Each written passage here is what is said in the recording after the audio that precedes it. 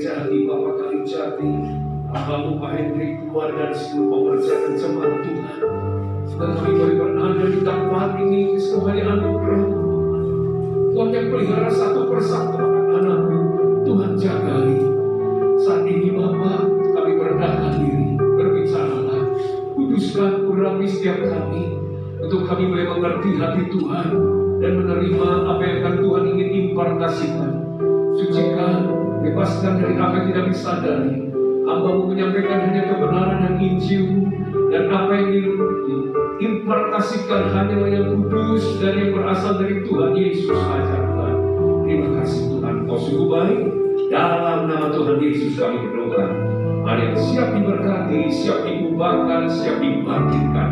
Katakan sama-sama, amin. Terima kasih buat Pak Henry dan semua tim yang memberi kesempatan. Izinkan saya menyampaikan salam dari jemaat Tuhan di Kota Tasikmalaya, dan juga salam dari Gembala Pembina, Gembala Rayon kita, Pak kita Yusuf Konyoto Raharjo. Baik, saya akan beri judul pesan firman Tuhan, api Pentakosta yang tidak pernah padam. Nah, Bapak Ibu teman-teman tahu tidak, di Indonesia ada satu tempat itu 26 km dari kota Purwodadi, dan ini di desa yang Grobogan, ya Kabupaten Grobogan, ada satu situs api abadi dikatakan. Api ini nggak pernah padam. Jadi dari pusat bumi ini ada gas yang keluar, dan itu menjadi api yang terus-menerus menyala. Ya saudara, ada hujan besar, ada angin topan, puting beliung, angin api ini nggak pernah padam sampai disebut api abadi. Kemudian setiap acara olahraga nasional seperti PON atau olahraga internasional di Indonesia, api itu seringkali diambil dari sumber mata api ini.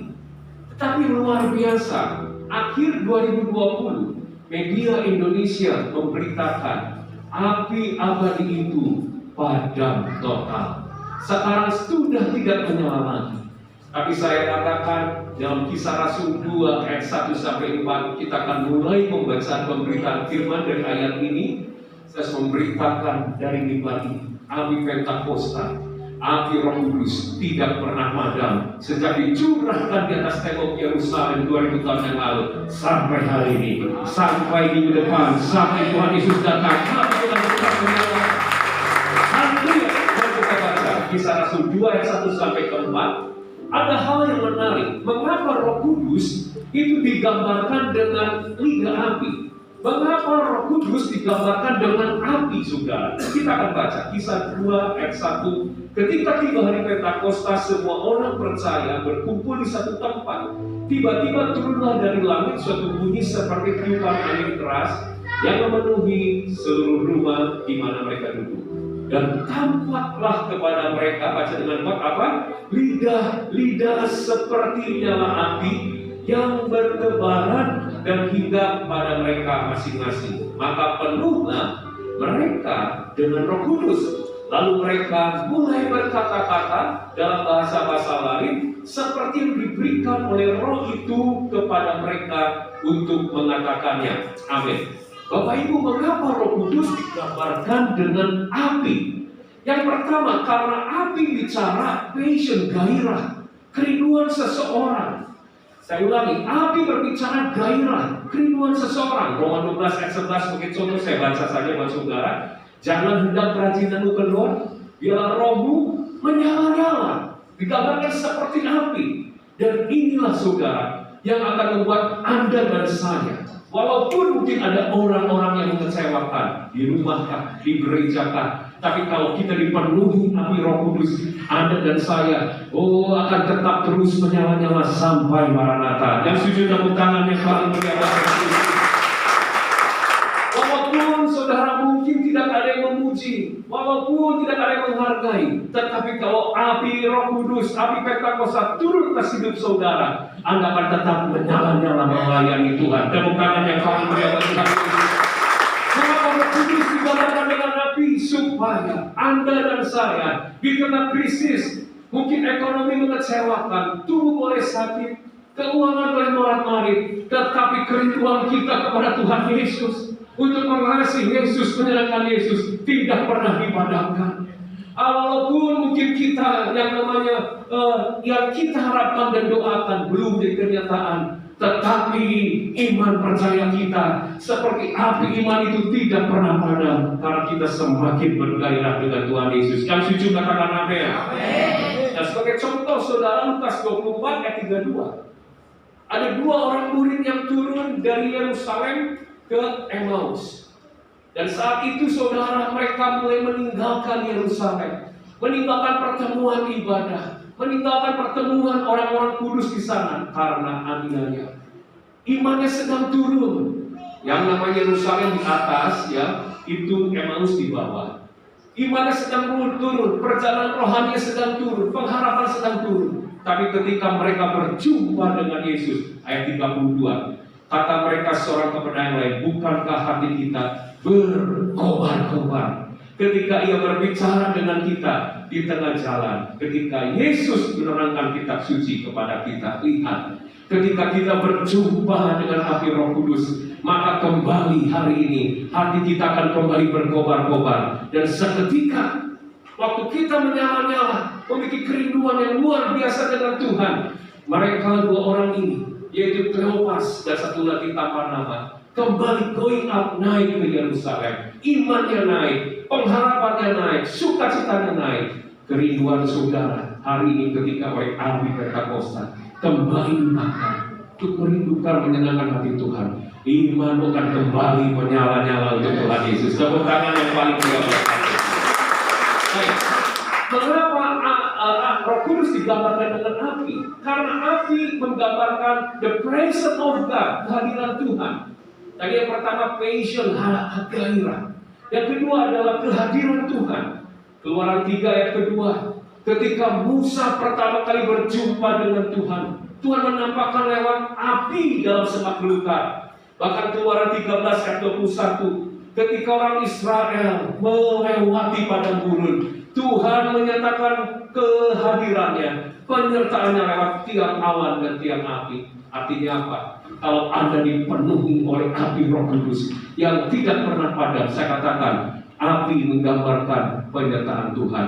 Maka dimanapun Anda berada, apapun yang sedang kau hadapi, hadirat Tuhan menyertai hidup Anda.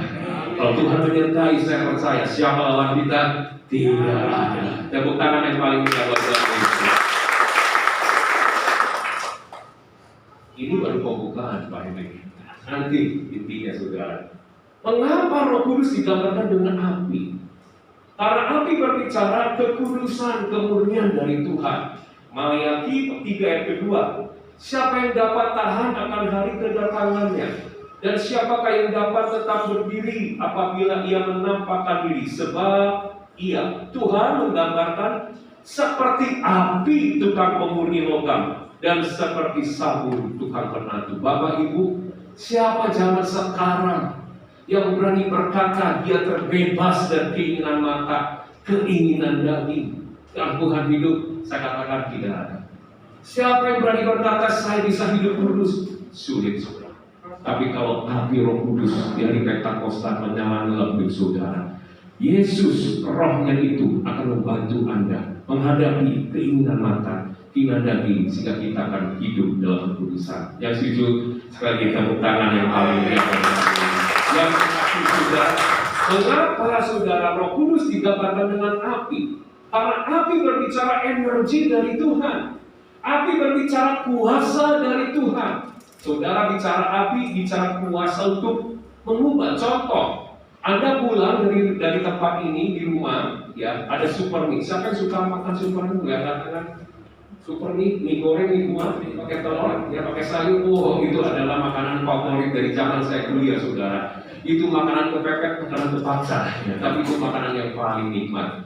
Ya, kita ada gereja di Taiwan, ya. Jadi Taiwan ini saya baru kaget karena ketika beberapa kali mereka rombongan 30 orang, ini asli orang Taiwan datang ke kota kami Tasikmalaya, waktu kembali pulang, kami kasih oleh-oleh, beberapa oleh-oleh dari pisang sawit, ya, dari beberapa makanan. Tapi entah kenapa anak-anak youth kami ngasih yang namanya pop mie, super mie, indomie, itu dikasih, saudara. Saya pikir, wah, ini Taiwan tuh jauh lebih enak, saudara. Tapi ternyata tahun berikutnya mereka datang, saudara tahu apa yang mereka cari? Supermie Indomie. Ternyata Supermie Indomie punya power of micin. Tahu micin? Micin. The power of micin. Sekali makan ketagihan, saudara. Ya. Jadi mereka datang pingin itu lagi. Nah, saudara, bicara kembali tentang api. Pulang ke rumah, itu Indomie yang instan. Kalau tidak ada api, nggak pernah bisa dimakan dan kita nikmati, betul. Tapi kalau ada api, maka ini yang instan itu berubah jadi mie goreng, mie kuah, terus kornet keju ya, keju telur semua, enak. Demikian pula telur mentah, tanpa api nggak bisa berubah. Tapi kalau dengan api, berubah menjadi telur rebus, saudara. Apalagi semua dengan api, termasuk kursi stainless yang Anda duduki. Dulu dari biji besi, saudara, nggak karuan, nggak berbentuk. Tapi dengan adanya api, semua bisa berubah, ditata, dibentuk sehingga menjadi seperti yang diinginkan. Api di dunia memiliki energi untuk mengubah, apalagi api Roh Kudus. Kalau api Roh Kudus turun dalam hidup saudara, siapapun Anda. Saya sih sudah tua, nggak usah melayani Pak Henry, udah aja nggak usah terima. Tuh yang muda-muda, yang baju hijau, yang muda-muda ini yang melayani misalnya. Aku udah tua lah, udah bau apa? Jangan ngomong bau, saudara. Semua juga bau tanah, saudara. Ya kan berasal dari tanah kembali pada tanah, saudara. Tapi saya katakan hari ini, siapapun Anda, setua apapun Tuhan masih bisa pakai. Tidak ada kata terlambat. Kalau api Roh Kudus karena hidup saudara, energi Tuhan akan membangkitkan memakai saudara. Saya punya mama mertua yang sampai sekarang usia 82 tahun. Sudah jadi ketua Umas mungkin sejak Umas ada di Tasikmalaya. 82 tahun sudah. Tetapi saya belajar banyak. Ia terus menyala-nyala melayani, dipakai Tuhan. Dia sudah tua, dia berjuang untuk nuntun orang tua lagi, saudara. Yang lebih muda tapi lumpuh pakai kursi roda, udah mah gak bisa. Jadi ada yang katakan, oh enggak, setiap dia the best kepala kul yang paling ada di Tasik. Kulnya paling berkembang. Setiap kali dia perhatikan, dia doakan. Dia kontak, setiap mukul di kontak semua anggotanya. Diperhatikan yang kurang makan, yang kurang itu diperhatikan, bahkan dikunjungi sebelum corona. Tapi gara-gara ada miss corona, saudara, dia nggak boleh keluar. Kami katakan dia di kamar saja, tapi tidak dibendung. Walaupun di kamar, dia nggak, bayangkan orang sudah tua, mana bisa pakai gadget. Dia belajar, nggak mau kalah. Gimana supaya bikin Zoom, ya, dengan supaya cool. Dan bisa, saudara, ternyata dia foto, dia bisa buat foto lagi, di foto gitu, dikirim kepada saya nih, anggota-anggota cool yang datang hari ini. Saya rasakan ini datang dari mana ya? Kok bisa seperti ini si Oma ini? Kerjaannya di kamar sepanjang hari, udah setahun setengah, tapi dia selalu penuh sukacita. Dia melayani, dia kontak, dia selalu kasih laporan. Dia katakan, dia panggil saya Bun ya. Kalau di gereja panggil Pak Henry, kalau itu kan panggil Bun, Bun, ini gimana nih si Oma ini gini. Dia memikirkan oma-oma, padahal dia yang lebih oma lagi, saudara ya. Tapi itu energi dari api Roh Kudus. Api Roh Kudus. Hari ini kalau Anda membuka hati buat api Roh Kudus, saya percaya tidak ada apapun yang akan menghalangi untuk Anda dipakai. Anda akan dipakai, dibangkitkan. Amin. Jangan berpikir dari kota kecil. Jangan berpikir, Pak, saya sih dari kota kecil. Oh, Pak Henry, Tasikmalaya itu kampung ya. Ini beliau sudah pernah dari Tasikmalaya. Kota kecil. Saya pernah melayani ke Jakarta, ya, ke Jakarta. Tiba-tiba dia katakan, Bapak dari mana? Dikatakan demikian. Saya dari Tasikmalaya. Terus dia ngomong begini, Tasikmalaya ini sebelah mana Semarang ya, Pak? Waduh, saya ngedrop, saudara. Ngedrop, mental saya ngedrop. Jangankan orang yang kotanya aja nggak dikenal. Saya guyon, Tasikmalaya nggak jauh-jauh dari Singapura, Pak. Oh, kok bisa? Iya, Singapura kan ada supermarket besar, Takashimaya. Nah, itu tetangganya Tasikmalaya, saudara. Ada yang pernah bertanya, dekat Malaysia ya? Malaysia. Ya. Saudara, nggak ada yang kenal. Saya pernah ngundang hamba Tuhan yang datang, Pak Henry yang pernah datang ke Jakarta, ke kontak Jakarta sekretarisnya, bisa nggak datang ke Tasikmalaya? Jawabannya apa? Ada bandara tidak ya?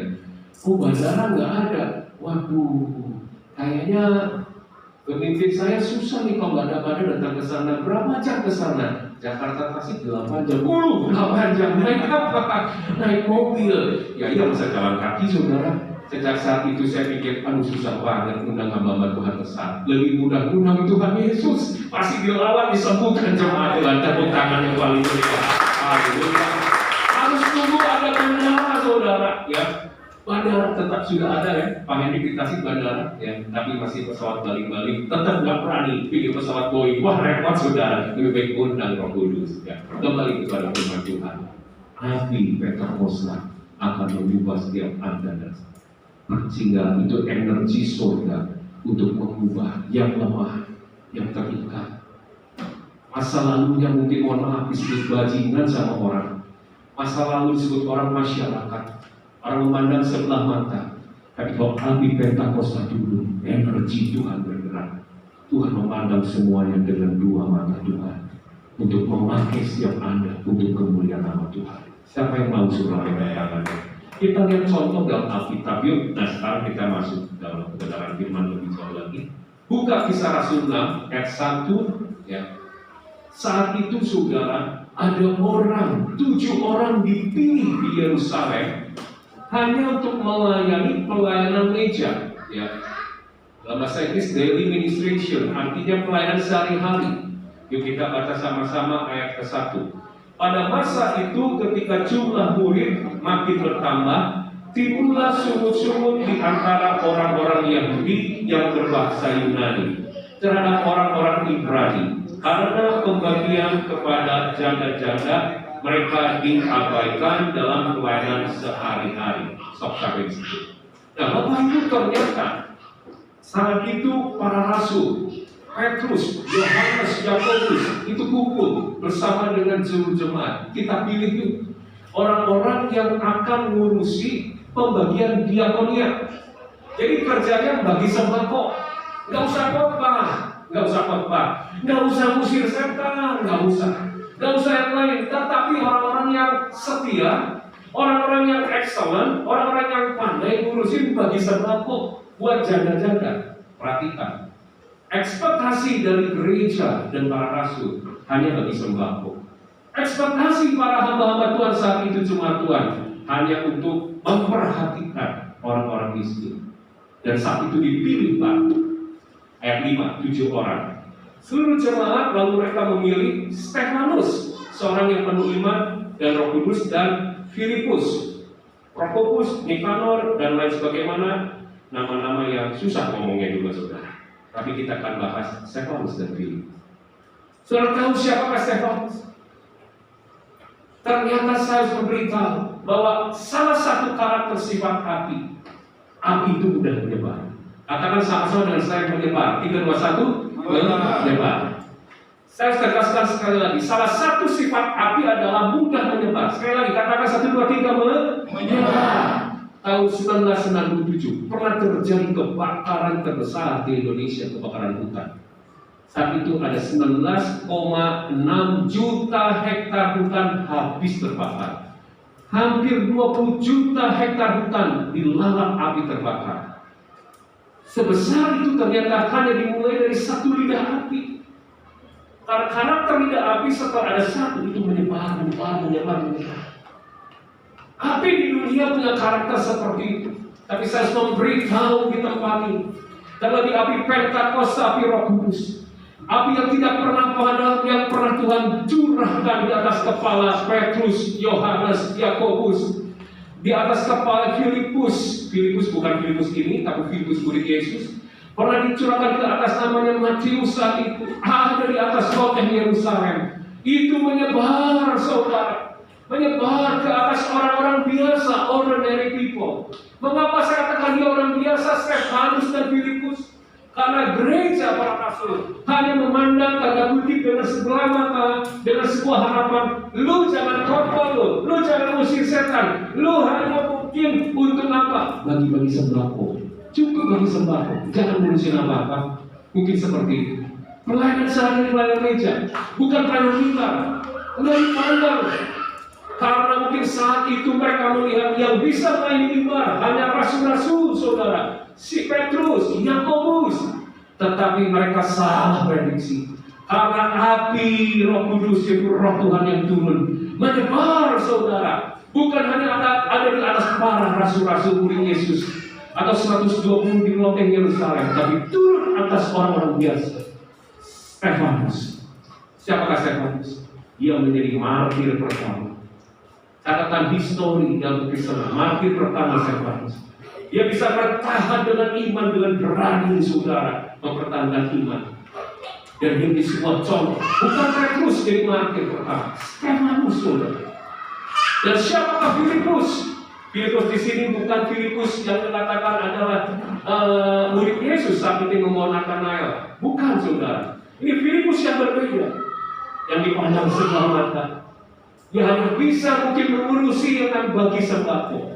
Tetapi karena api Roh Kudus itu menyebar dan tidak pernah padam, turun atas Filipus. Filipus berubah. Ada energi Tuhan yang memperlengkapi, mengubah Filipus. Dan Filipus akhirnya dikenal. Yuk kita lihat Kisah Rasul pasal ke-21 ayat 8. Filipus dikenal bukan sebagai pembagi sembako, tapi Filipus dikenal sebagai pemberita Injil, evangelis, misionaris yang luar biasa. Ayat 8. Pada keesokan harinya kami berangkat dari situ dan tiba di Kaisarea. Kami masuk ke rumah Filipus, pemberita Injil. Filipus disebut oleh Alkitab pemberita Injil, yaitu satu dari ke-7 orang yang dipilih di Yerusalem, dan kami tinggal di rumahnya. Mari perhatikan saudara-saudara, api Roh Kudus menyebar atas Filipus. Filipus dipandang sebelah mata oleh para rasul dan gereja hanya sebagai pembagi sembako. Tapi api Roh Kudus turun atas Filipus, sehingga kuasa Tuhan turun memakai dia, mengubah dia, memperlengkapi, mempersiapkan, dan pelayanannya jauh melampaui ekspektasi. Bukan membagi sembako, memberita Injil. Dan yang luar biasa, pelayanannya berhasil, saudara. Kalau Anda lihat dalam Kisah Rasul pasal ke-8 ayat ke-5, Filipus pergi ke satu kota di Samaria, memberitakan Mesias kepada orang di situ. Ayat ke-6, ada tanda-tanda mujizat, saudara. Bahkan kalau kita lihat di ayat 26, Tuhan berbicara pada Filipus, tinggalkan Samaria, turun ke Gaza. Ada saudara-saudara Ethiopia yang sedang membaca kitab Yesaya, layan. Gara-gara itu juga, maka Ethiopia mengenal Yesus. Ya, luar biasa. Filipus pelayanannya berhasil, saudara, karena dia adalah pemberita Injil. Buahnya luar biasa. Kota Samaria, kota yang tidak mau diinjak oleh orang Israel, kota yang najis. Tapi pertama siapa yang memberitakan kepada bangsa-bangsa? Bukan Paulus, Filipus. Filipus datang di Samaria. Siapa yang memberitakan kepada orang yang sida-sida Ethiopia, pejabat sebuah negara? Filipus, saudara. Dan yang luar biasa bukan hanya pelayanan yang sukses, keluarganya sukses. Di dalam Kisah Rasul 21 ayat 9 jelas, Filipus punya 4 anak darah yang beroleh karunia untuk bernubuat. Banyak pendeta pelayanannya berhasil, keluarganya tidak berhasil. Ini Filipus lain. Di sana dikatakan keluarganya juga berhasil mendapatkan karunia nubuatan, semuanya 4 anaknya, saudara. Bahkan keuangannya pun berhasil. Karena Filipus rumahnya dipakai, saudara, untuk menginap, untuk menjamu hamba Tuhan Paulus yang ada. Bukan hanya keuangan, keluarga dan pelayanan, tapi integritasnya pun berhasil. Filipus setia sampai akhir. Dan catatan sejarah gereja, Filipus dia mati di usia tua, menjadi seorang pemimpin sebuah kota di daerah Turki, sebuah pemimpin gereja. Siapakah Filipus? Filipus orang biasa yang dipandang sebelah mata. Tetapi api Roh Kudus itu sifatnya menyebar, bukan hanya turun pada Petrus, tapi menyebar dan tidak pernah padam. Pindah atas Filipus. Dan yang luar biasa, api Roh Kudus tidak pernah padam oleh zaman. Abad kedua pindah ke atas Polikarpus, saudara. Kemudian dikatakan abad ke-8, api Roh Kudus menyebar, pindah ke Damaskus. Ada seorang revivalist namanya Yohanes.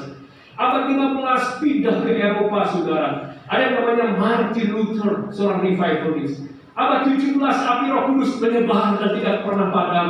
Dan itu abad 17 pindah ke Inggris, ada yang ke John Wesley. Dan juga saudara abad 18 pindah ke Amerika, ada yang namanya D.L. Moody, ada yang namanya George Muller. Abad 19 kembali pindah ke Wales, saudara. Ada yang namanya Evan Roberts, sehingga terjadi kebangkitan yang namanya di Wales. Dan beberapa tahun kemudian api Roh Kudus itu tidak pernah ada yang selalu penuh, pindah dan menyebar, tidak pernah padam dan pindah ke Azusa-Street. Ada yang namanya William Seymour, dari situ kegerakan penginjilan kemana-mana. Dan saya katakan api Roh Kudus sampai hari ini tetap api yang sama, yang menyebar sampai ke Indonesia. Dan api tidak pernah padam, turun ke hambanya Panito. Dan api Roh Kudus saat ini tetap menyebar dan tidak pernah padam, turun ke tempat ini di Kalijati atas hambanya Panito. Setiap saudara, mungkin adalah orang-orang biasa yang dipandang sebelah mata. Tapi kalau api Roh Kudus dulu, Tuhan akan memakai Anda, tidak dibatasi siapa Anda di masa lalu. Apa Anda hari ini? Bagaimana kondisi Anda hari ini? Cuma Tuhan minta satu. Anda nggak yang mau buka hati buat Roh Kudus? Anda buka hati, Roh Kudus, ini aku, pakai aku. Tolong aku Tuhan. Saudara, saya akan akhiri. Saya kan berhenti di dalam mobil. Saya cuma ngomong, Roh Kudus, Roh Kudus. Saya akan memberitakan tentang Kau, Roh yang Maha Mulia, sudah mengubah kehidupan hamba-Mu. Tahun 2003-2002, saya terjerembab dan masuk dalam lembaga depresi. Waktu itu masih seorang bisnismen sudah. Saya seperti jadi orang gila. Saya ingin bunuh diri. Tapi saat itu istri saya bermimpi saya akan dipakai menjadi hamba Tuhan untuk berkhotbah.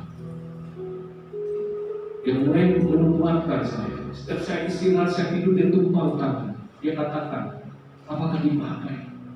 Memberitakan firman dari kota ke kota, desa ke desa, bahkan bangsa ke bangsa. Bahkan di depan orang yang tidak dikenal suku bahasa. Saya orang depresi saat itu. Semua sudah hancur. Ini sudah pecah. Saya orang yang mudah ketakutan, orang yang sulit untuk percaya, orang yang sulit untuk sukacita. Saya yang makan obat psikiater, ahli dokter jiwa saat itu. Saya tergantung dengan obat. Semua hancur. Anak saya waktu itu usia 5 tahun. Dan saat itu saya pikir, habislah sudah. Tuhan, jangan biarkan orang melihat saya gila dan anak-anak keluarga kami, bahkan mungkin saudara-saudara kami di Tasikmalaya yang dipermalukan. Angkat saya, cabut saya dari bumi itu. Tapi saat itu, istri saya memeluk saya. Apa jangan atas pandang? Step by step. Dan api Roh Kudus yang pernah turun atas Petrus dari zaman ke zaman, bukan hanya di Yerusalem. Ternyata api itu tidak pernah padam dan menyebar sampai ke kota Tasikmalaya. Api itu turun kepada orang yang sudah tergeletak. Rasanya tidak pernah bermimpi. Mimpinya cuma satu, bisa hidup aja hari itu, rasakan damai, itu udah cukup. Gak pernah bermimpi jadi hamba Tuhan, gak pernah bermimpi untuk melakukan banyak hal, hanya ingin rasakan tenang. Karena peperangan yang ada dengan dirinya sendiri. Tidak ada angin, tidak ada sakit, tidak ada apa, tapi tiba-tiba ambruk. Mau berpikir gak bernafas, benar gak bernafas. Ada di loteng yang tinggi, ada satu orang untuk lompat. Saya takut dengan diri saya sendiri. Saya orang yang gak layak. Dan lebih baik Tuhan bawa. Tapi api Roh Kudus, Tuhan memandang dua belah mata. Aku akan memakai mudah. Dan 2003, dalam waktu 6 bulan Tuhan pulihkan. Diserahkan kehidupan kami tutup usaha dan pekerjaan, dan kami ikut sepenuh waktu buat Tuhan. Saya berdua dengan istri, hari-hari melayani Tasikmalaya dan banyak melayani generasi. Memuridkan Matius 28-19-20 lewat misi dunia beriman. Kami menyekolahkan, saudara, kami menyekolahkan anak-anak berbagai sarjana pendidikan. Ada 8. Kami ambil dua guru sekolah minggu dari daerah Sumba. Sumba itu Sumba, saudara. Dari daerah terpencil. Karena sekolah yang ada di Tasikmalaya sekarang sudah mau masuk SMP, kami sudah bangun SMP. Jadi kami punya dream, kami akan datang ke Indonesia Timur. Kami nggak bisa bangun jalan, kami nggak bisa bangun rumah sakit, tapi kami mau bangun manusia lewat dunia anak-anak, didikan, TK, SD. Bagaimana caranya? Kami nggak punya dana. Kami hidup berjalan di atas air, tapi kami punya api Pentakosta, api Roh Kudus. Di mana passion kami nggak pernah dipadamkan untuk menyelamatkan Tuhan melalui generasi.